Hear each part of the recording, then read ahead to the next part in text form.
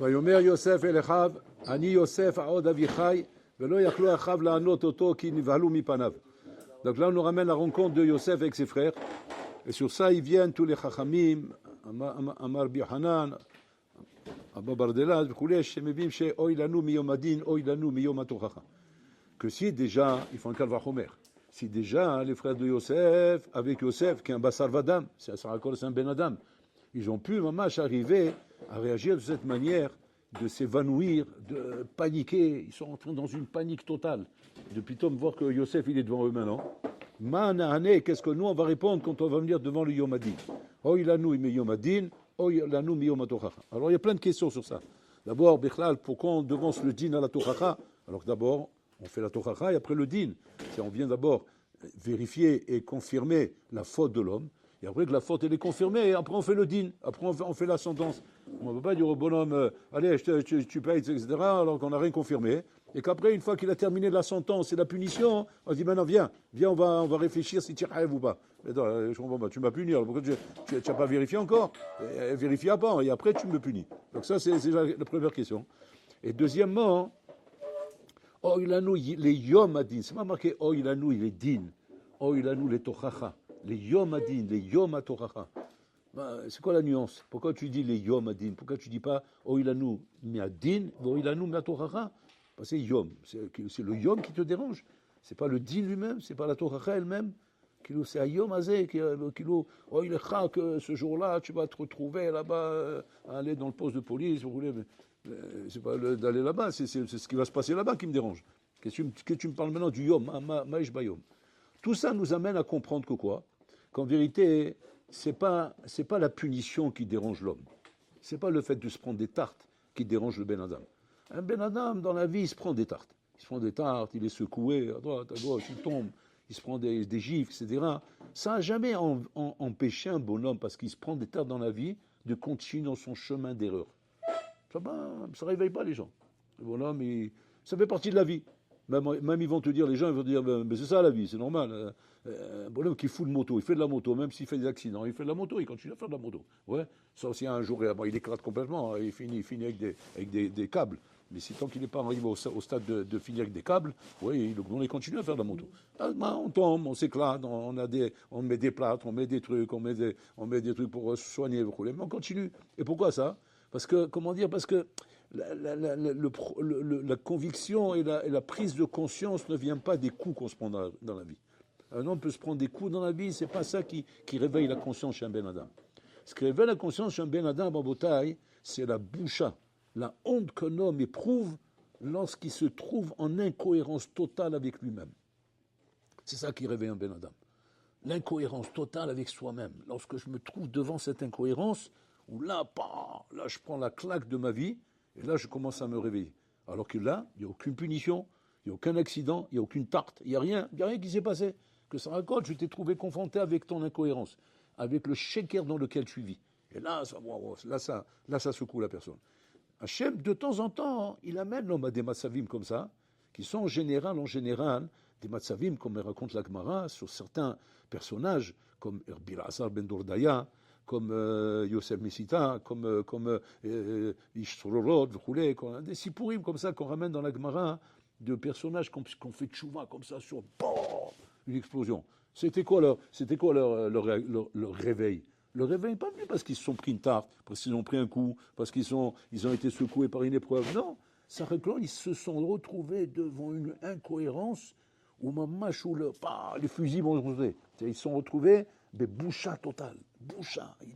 Cette boucha qui provient de l'incohérence. C'est-à-dire que l'homme Kaviachol, Hachem a créé l'homme où cette boucha va être à Botaï le point sensible du Ben Adam. Et d'ailleurs, c'est pour ça qu'on dit oh, Ilanu miyom adin, miyom atochacha. C'est-à-dire qu'à la rigueur, la tochacha et le din, ça va être du miel quand le bonhomme, il a presque le bonhomme envie de dire mais mettez-moi au Guéinam, mettez-moi vite au Guéinam.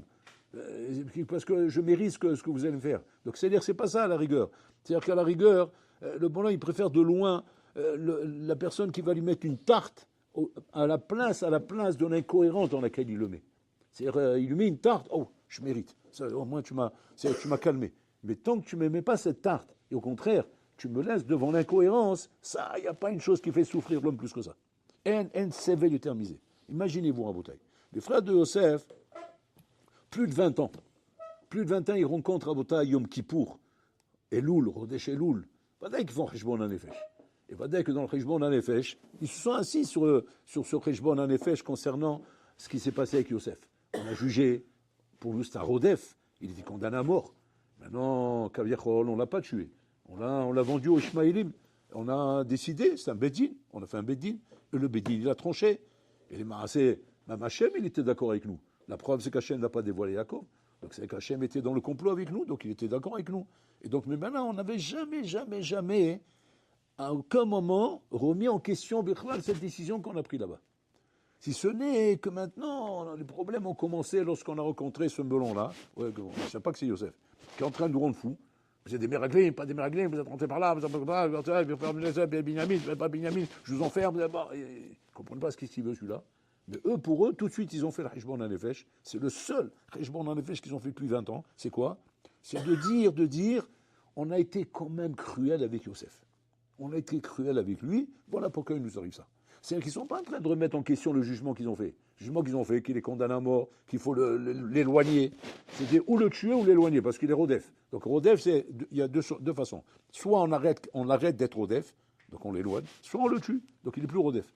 Maintenant, ils ont choisi, qu'avait la solution de l'éloigner. Mais c'est comme ça qu'il fallait faire. Pourquoi? Parce qu'il était Rodef. Maintenant, ils sont pas fait Cheshbon Hanefesh là-dessus. De dire qu'on a un problème avec le fait de dire qu'il est Rodef ou pas. Non, parce qu'on l'a vu Betsar. C'est un peu comme un Dayan qui a jugé une almana. Une almana vient au Bédine avec tous ses yétomim, une douzaine de yétomim, c'est tout petit comme ça, dans le dos, dans le truc, dans les bras, elle en a 3 dans les bras comme ça. Une almana, la pauvre, elle a un chiffon sur la tête comme ça. Une almana aniya mourouda. Aniya mourouda, c'est une misérable. Elle n'a même pas de quoi manger. Et elle est devant un procès, ouais, avec un gros plein de soupe là-bas, oui, qui est en train de faire une plainte contre elle parce qu'elle n'a pas payé son loyer en temps et en heure. Il est en train de lui faire un procès. Il l'a amené au Bédine. Et maintenant, le Bédine vont trancher une halakha, une manassot. Tu payes pas, ben tu payes pas. Mon nom, ça y est, ben sors de la maison. Attends, mais où je vais? Sur les trottoirs, sur les ponts de Paris. Où je vais maintenant avec mes enfants? Avec tout ça, regardez, j'ai les enfants sur les bras roulés. Et le Dayan, à ce moment-là, il doit juger en son âme et conscience. C'est-à-dire que si le jugement est contre elle, il est contre elle. Il n'y a pas à la Torah, tout le monde pas de rentrer la rahmanout. On n'est pas merachem bedin. Donc, il tranche. Maintenant, qu'est-ce qu'il peut se reprocher le Dayan? Le Dayan peut se reprocher qu'après avoir tranché, il n'a pas été mitrachev baïcha azot. C'est-à-dire, après le jugement, ok, je l'appelle, je dis, madame, le jugement est terminé, maintenant, c'est pas le Dayan qui vous parle, ouais, c'est Doudou qui vous parle. Donc maintenant, moi, je suis président, Doudou, etc. Qu'est-ce que je peux faire pour vous? Comment je peux vous aider? Il dit, moi, il m'a mis à la rue. Qu'est-ce que... Non, attends, c'est le jugement qui vous a mis à la rue. C'est pas moi. Maintenant, moi, je suis un Ben Adam, je suis un Bassal Vadam. Maintenant, le jugement vous a mis à la rue. Maintenant, qu'est-ce que je peux faire pour vous aider? Elle dit, il faut trouver une maison, il faut trouver ça, il faut trouver ça. Ne vous inquiétez pas, je vais me casser la tête, on va tout vous trouver. Mais le jugement était comme ça, c'est tout. Ça, c'est ce que les frères de Yosef se reprochent. Ils se reprochent pourquoi on a été arzari, c'est-à-dire pourquoi on a mêlé de l'arzariou dans le din. C'est-à-dire, on n'est pas melachem anadin, vadaï. Mais on ne doit pas être arzari, on ne doit pas être cruel avec notre frère. Et cette cruauté, voilà pourquoi ça nous arrive. Ce jugement, il est nachon ou non nachon? Sheker. Sheker. Et comme ça, Adam Sheker Atzmo. Un homme, il Sheker Atzmo du moment où il trouve un pétard à son Cheshbon Nefesh. C'est-à-dire, il trouve un pétard. C'est-à-dire quoi? Voilà, j'ai compris. C'est ça le problème. Et les Chora, c'est quelque chose qui ressemble au Hémet. Ça ressemble au Hémet parce que ça s'approche. Il faut que ce soit un peu Hémet. C'est pas complètement Sheker. Mais c'est Sheker. Pourquoi? Parce qu'en vérité, tu es en train de falsifier la vérité. Tu es en train de te cacher la vérité. C'est quoi la vérité? Vous êtes mékanim be'achichem.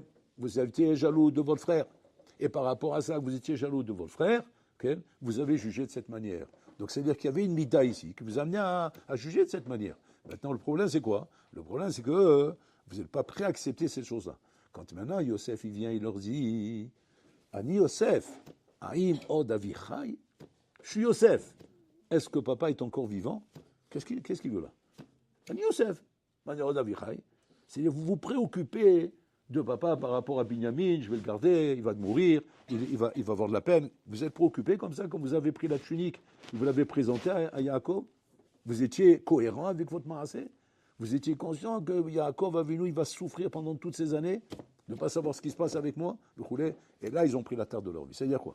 C'est-à-dire qu'un homme en Bretagne n'est pas modèle, il ne mesure pas la gravité de la conséquence de ses maasim.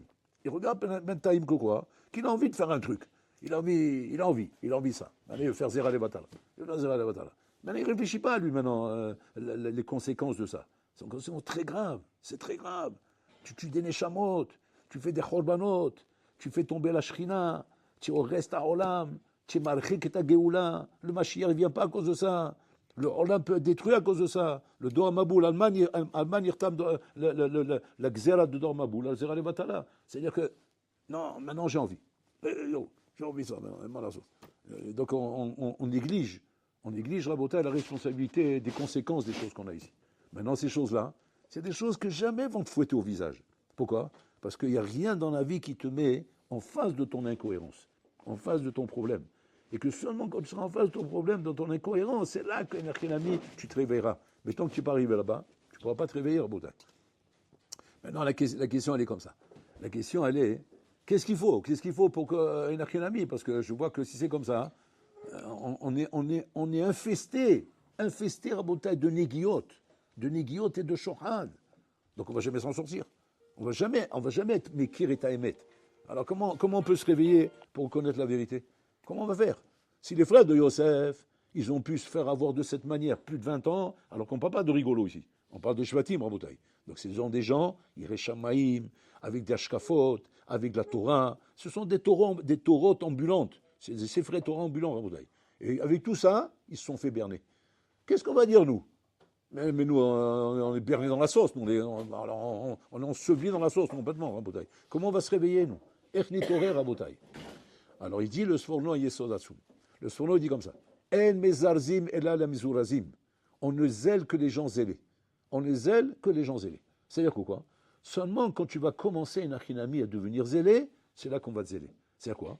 Quand c'est qu'Hachem va s'occuper de toi. Parce que pour l'instant, si jamais tu vois que tes erreurs continuent, Kaviachol, c'est qu'Hachem, pour l'instant, il ne s'occupe pas de toi. Kaviachol, hein? Hachem s'occupe tout le temps. Mais il n'est pas en frontal avec toi. Il n'est pas en frontal. Pour l'instant, Kaviachol, il te laisse arriver. Comme il a fait avec Bilam. Que jusqu'au moment où Bilam, son ânesse, se met à lui parler. Wow. Là, il s'est pris la tarte de sa vie. Quand il voit Bilam, son ânesse lui parlait. Il manquerait que la radio et la télévision ici, en train d'écouter et d'enregistrer la bataille de la Torah de l'ânesse avec Bilam, qui est en train de lui dire, mais je suis ta femme, on est tous les soirs au lit ensemble, qu'est-ce qui te prend de me frapper? Imagine-toi l'Ahwar, oui, il a une chienne, oui, il va avec elle tous les soirs. Maintenant, lui c'est quoi sa protection? C'est qu'elle ne parle pas. Ouais. Imagine-le, il arrive un jour dans un endroit et la chienne elle se met à parler. Oui. S'il trouvait comment ouvrir la terre et s'enterrer là-bas dedans, il ouvre la terre et il s'enterre là-bas dedans. Tellement que la boucha qu'il a pris. C'est la claque qui s'est pris Bilam. La claque qui s'est pris Bilam là-bas. Qu'est-ce qui amène un homme à pouvoir avoir le srout de se prendre une tarte comme ça dans la vie? Parce que ce genre de tarte à botaille, comme les personnages que je vous ai ramenés, elle réveille. Mais elle réveille grave. Parce que là, le retournement, c'est comme la crêpe. Là, comme tu te retournes, là, tu fais tchouva, mais à 100%. C'est un cadeau. Ça fait mal, mais c'est un cadeau du ciel, Raboudai. Qu'est-ce qui vaut qu'un homme ait ce mérite? D'un côté, on a peur. D'un côté, on se dit, chez Mijmor, qu'on ne soit pas amené à ça, c'est shalom. D'un autre côté, pourquoi ne pas être amené à ça?